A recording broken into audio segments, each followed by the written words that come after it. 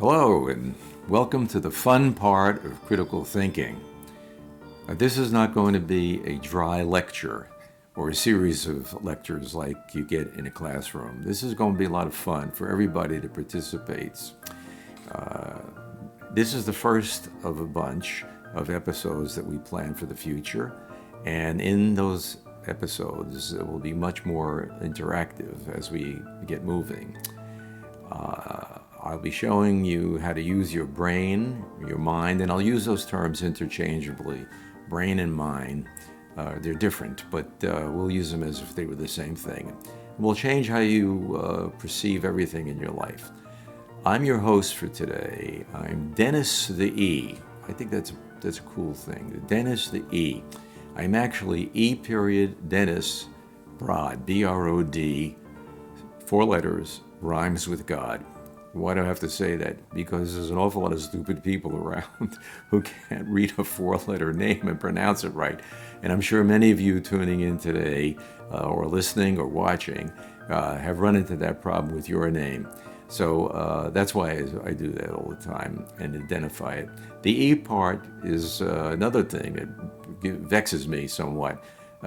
People can't get that to their heads. They can't wrap their head around the fact that I have a first initial instead of a middle initial, E. Dennis Brod. I don't know why that throws everybody, throws the government, throws everybody. People, they get nuts about that. I don't know what the problem is. But my friends used to call me the Big E. I can't use that commercially because there's some Big E thing. It's a big festival of some kind up in New England every year. They've been having it since 1917, so I think they're entitled to use it. But anyway, you can call me E, you can call me Dennis, you can call me D, but please don't call me any obscenities because it kind of ruins my day. All right, so here we go. And today's topic on critical thinking is going to be sheep. I'm not going to teach you how to raise sheep or shear them, feed them, or anything of that sort. We're going to just show you certain things about sheep that you don't want to identify with.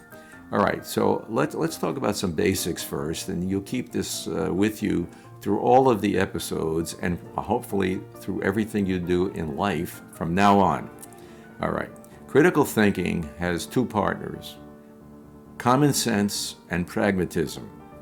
This is like the 3 musketeers of your brain.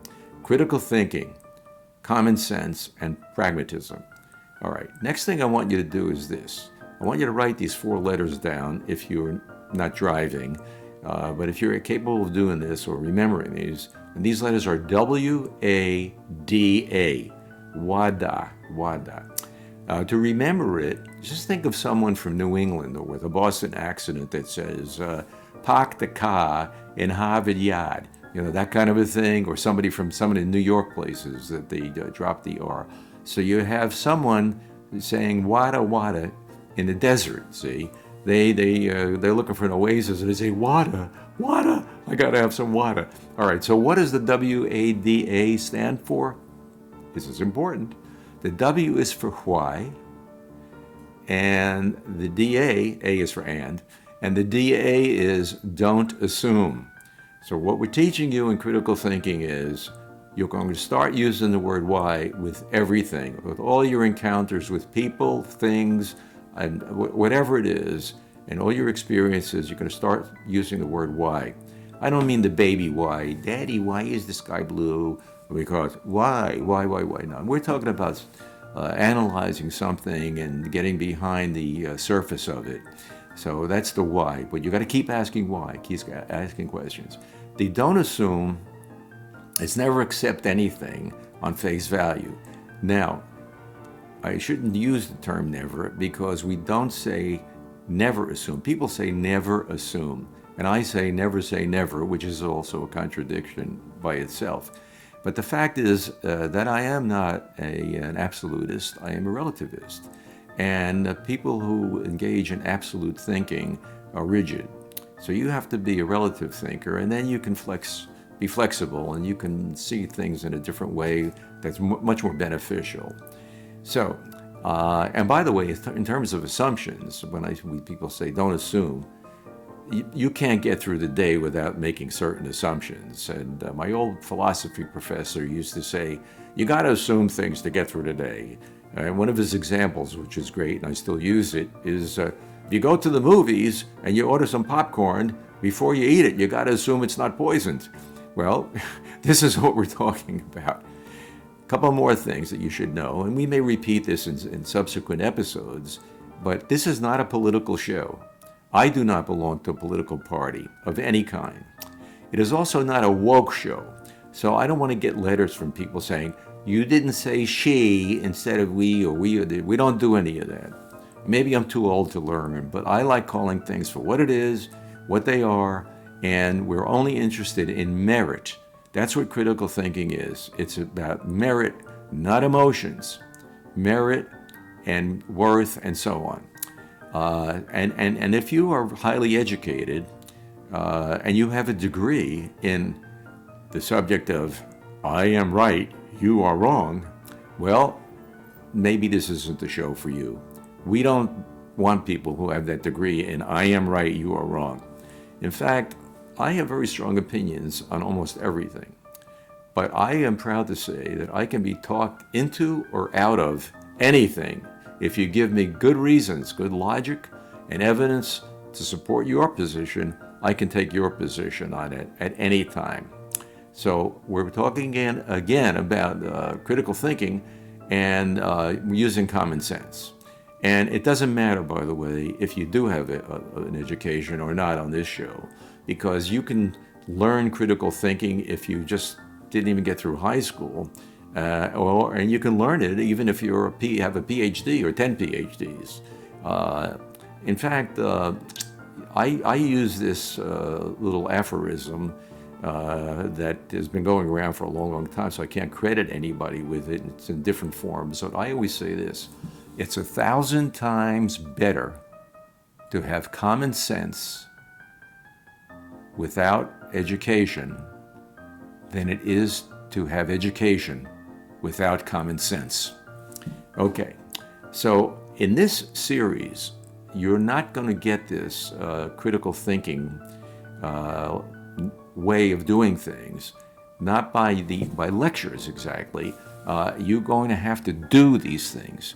You're going to do it. You have fun doing it.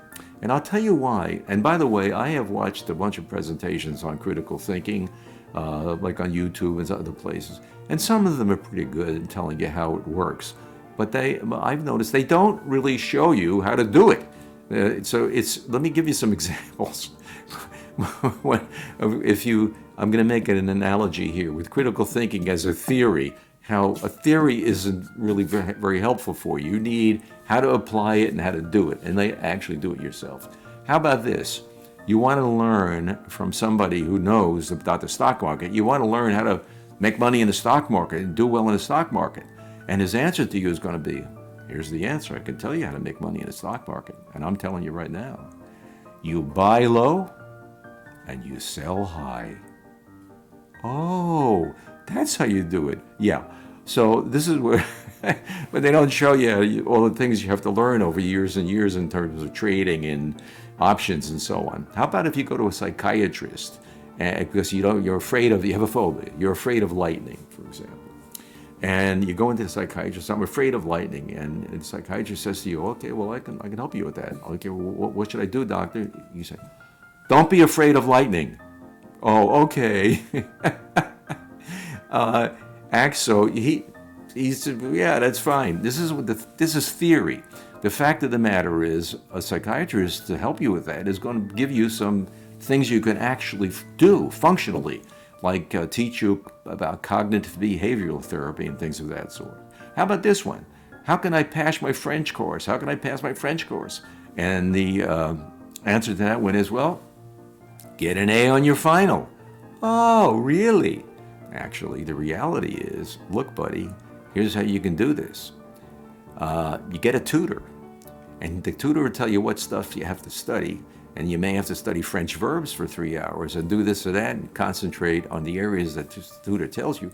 But that's the application of this. So critically, in terms of thinking, it's not some generality about how you use your brain. It's using your brain in a specific way.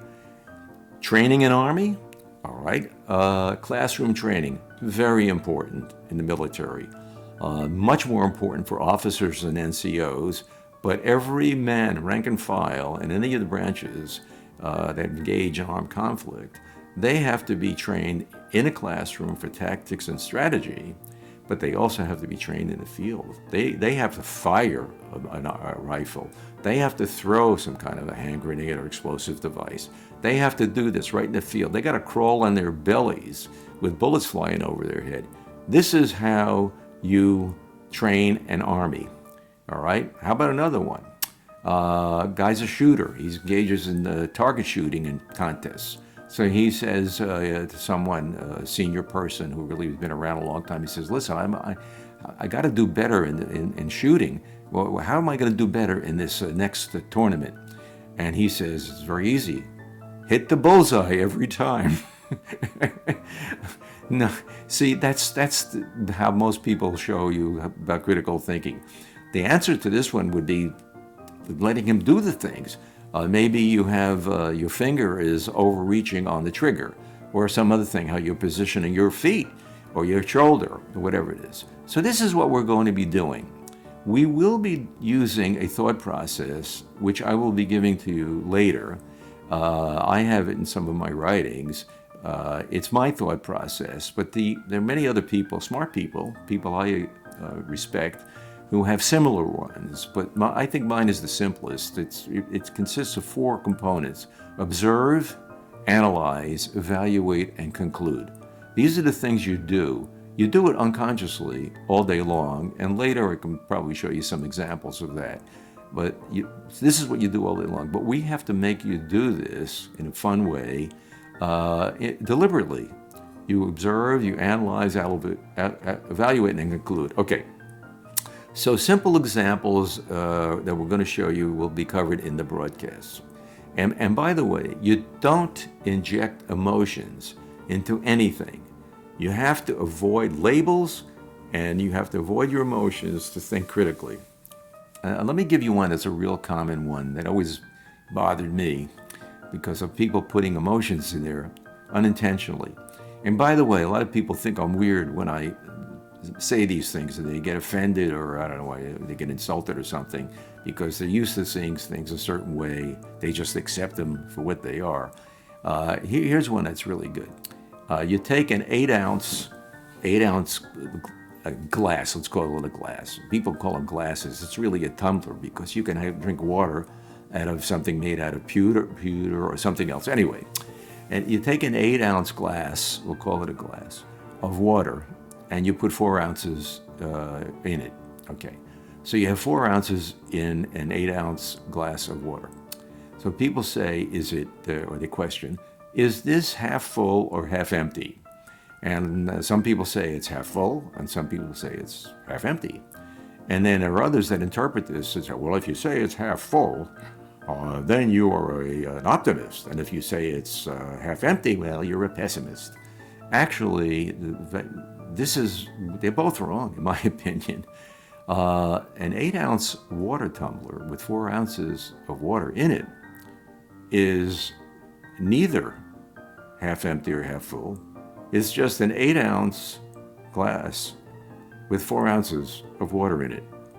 That's all it is. You can't inject anything else into that. It's a fact, a simple fact. And critical thinking will make you look beyond some of these examples that I'm giving today, like jumping to conclusions, all right? So here you're looking at me. You say, who is this guy? And you can look me up and see all the things I've written and so on. Say, who is this guy? Well, let me tell you something about myself. First thing off, I'm a shooter, okay? I take courses in tactical weapons and things like that. So I go shooting. So a lot of people will just say, oh, this guy's a right-winger. He's a shooter. He's a right-winger. And I'll give you another story about that in a minute, about jumping to conclusions. On the other hand, my wife and I, who had a residence in San Francisco, we had one on the West Coast and the East Coast. And our San Francisco residence, we had a nice social life, and we went out with a lot of couples. Well, our favorite couple was a gay couple. We didn't think of them as being a gay couple. They just were, and we used to go out and have a good time with them. We spent a lot of time with them, and so if we just because of that, some people would say, well, he's got to be a left wing. He's a leftist. That's all. This is all sheer nonsense, and you got to get away from this. Don't be jumping at conclusions. Here's an interesting let's see. This is a firearm story. My cousin, two of my cousins, first cousins, worked for the government throughout their careers, and one of them lived in College Park, Maryland, and the other one lived in Fairfax, Virginia. And my cousin David was the one who lived in Virginia. Became a big wig in the EPA. He was up there pretty high. So one day his secretary tells him he has an appointment with two people from a firearms manufacturer. I won't mention the name. This firearms manufacturer had two people coming over there to see him. And they had a grievance, and the grievance was that they were getting hassled by the EPA and the local authorities and everybody else about all kinds of nitpicking things because the people were basically against firearms. It wasn't their manufacturing processes or anything like that. So they couldn't even build an annex, they couldn't make improvements, and they had real problems. And so the two guys came into the office, and this is what they related to my cousin afterwards, and he told it to me. While they were waiting for him to come into the office, the secretary said, go ahead and sit down, and he'll be with you in a little while. So they sat down, and while they were sitting down, one of the guys got up and looked on a wall and saw all these diplomas and degrees and so on that my very educated cousin had. And they were figuring, this is just a waste, but they have to go through this process with the EPA before they have to go to court and everything else. So they have to meet with this guy and get rejected and whatever it is. So this representative of the arms manufacturers starts looking on the wall for David's stuff. And what does he see, to his shock? That my cousin David is a lifetime member of the National Rifle Association. Then he looks further and he sees all these awards that he got for shooting his .45. And he talks, this is what they told him afterwards. They couldn't believe it.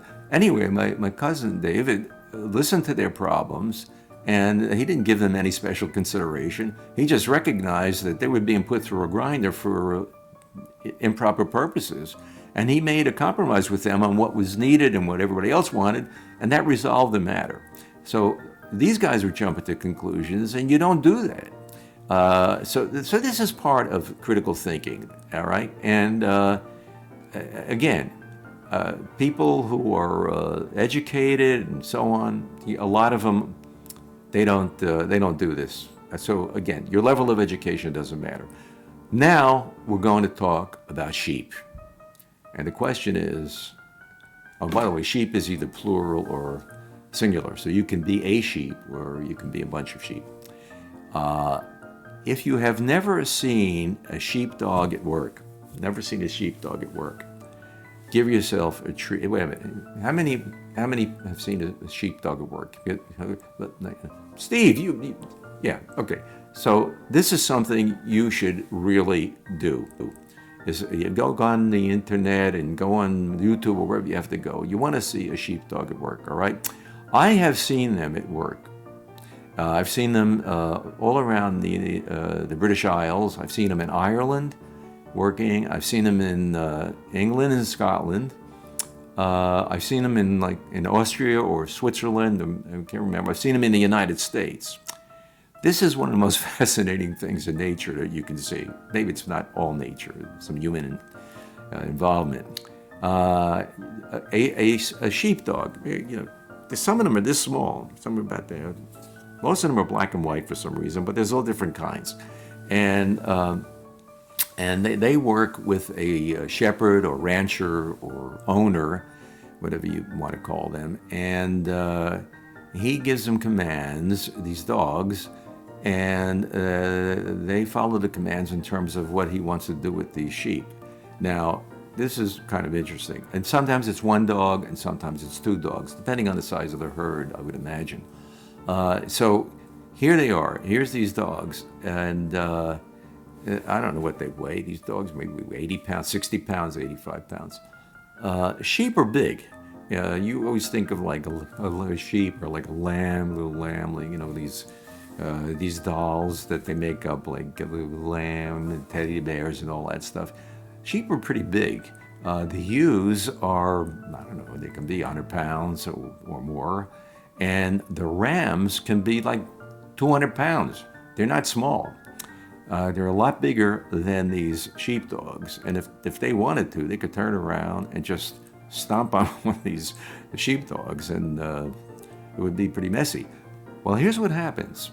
The owners or the ranchers or the shepherds, whatever you want to call them, will give out these commands. I've heard a bunch of different ones and weird in different countries. There are things like, ooh, ee, or ah, whoa. I don't know how they understand this stuff. But they give a command to the dog, and the dog knows what to do. So the typical situation is you have a bunch of sheep, could be 80, 100, 150, 200 in the flock or a herd, you could call them. And they're all over a meadow, grazing. And now the owner wants to bring them get them into another, a contiguous pasture. And there's a fence between all these pastures, and this particular two pastures has a gate, a gate between it. The gates are typically, 10 or 12 or 15 feet wide. So here's this big herd of sheep, big flock of sheep. And when the rancher gives his command, they start running around and rounding up the sheep. It's really something to watch. And once gets out of line, they put them in, and they get them in together to one tightly packed herd. One dog can do it, or two dogs, but one dog can even do it. And when they push them, not physically, but they intimidate them somehow, and they get them to move toward the gate that goes into the other pasture. And when they get them up there, they make them file right into the pasture, which is remarkable. They make them go right through the gate. So anyway, look, here's the problem. So they influence, these little dogs influence the entire herd exactly where they want it to go. So this is just a microcosm of our society. The sheep and the little dog, all right? Let's talk about this. The little dog is the advertising industry. The government is the dog. Television is the little sheepdog. Radio, movies, social media, newspapers, the internet. Yeah, and you know who the sheep are? You! And you're sheep until you start critically thinking. You got to think critically, or else you're just a bunch of sheep. Now, here's the thing. Because people show us things and tell us things, and we blindly follow them, like how to dress, trendy things, and so on. We just follow. We don't even think about it. Never ask why or who or what. Anyway, so that's a recurring theme of our shows when we talk to guests or look at social media posts or newspaper articles or anything, watch TV and so on. So here's the deal. I want you all to stop being sheep. I want everybody to stop being sheep, because we'll have a better world if everybody knows how to think critically. We'll think for ourselves, and we won't be pushed around by these little dogs, metaphorically. And it's all done by using your brain, by not accepting everything on its surface, but getting beyond that to find out what the truth really is. And and I'll tell you something. When you start doing this, you will have some fun, because you will see other people. After you know how to do this, you will see them as sheep, and you'll laugh, because you'll figure, I used to be like that, but I'm not anymore, but they are. And but here's the thing about the public, and this is a bit of a problem. When I was in college, I had this instructor once. At the end of the course, I thanked her for giving the course. She was a very good instructor. And she said that she enjoyed having me in her class. Well, at first I thought it was because of my looks, but, well, anyway, it wasn't. She said to me something I've never forgotten. She said, Dennis, I have a lot of students in these courses that I give, who have very high IQs. They get really good grades. But you know something? A lot of them are dead from the neck up. And I've never forgotten that phrase, dead from the neck up, because there are a lot of people that are really fall into that category. They can have a PhD, they could be your own doctor or lawyer or all kinds of people you think are so smart and wow, but in certain things, they don't get it. They have that degree in I am right, you are wrong. I have a term for this, by the way, for these educated people. It's EII. They suffer from EII. That's my term. And that's emotionally induced ignorance. They don't use their brain. They're telling you something based on emotions. Well, you run into this a lot. Anyway, you're going to get over all that, and you're going to you're going to be surprised at what you are capable of doing.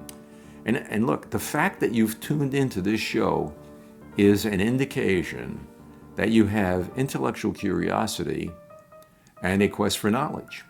And if so, that's a really, really good thing.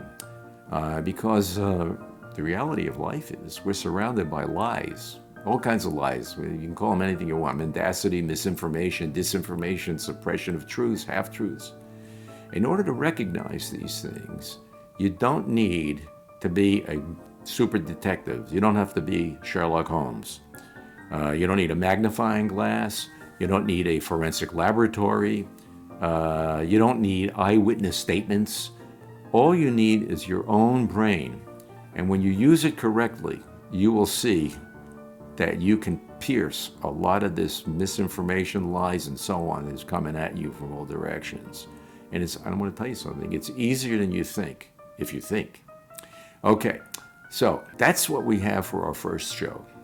And we want you to send your questions and comments into us. I'll give you the post office box for that in a minute.